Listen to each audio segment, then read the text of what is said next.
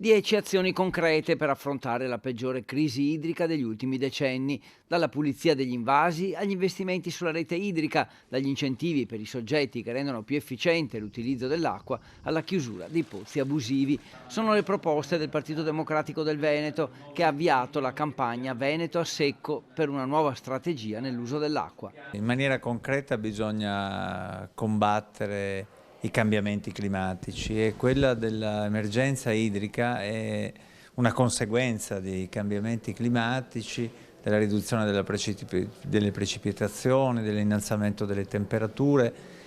e noi abbiamo voluto quindi indicare un modo concreto. Una campagna che fa 10 proposte concrete e che chiama in causa direttamente anche la Regione Veneto, considerando insufficiente quello che ha fatto finora. Gli effetti sono senza precedenti e comprendono il calo delle precipitazioni, l'aumento delle temperature, la diminuzione drastica dei livelli delle acque e la risalita del cuneo salino. Purtroppo il governo nazionale ha fatto un decreto sulla siccità, nominando un commissario che è Salvini, senza risorse e rischiando di solamente appesantire le procedure, e il governo regionale ha già un commissario che è Zaia dal 2021, ma purtroppo i risultati non si sono visti e ultimamente è stata fatta un'ordinanza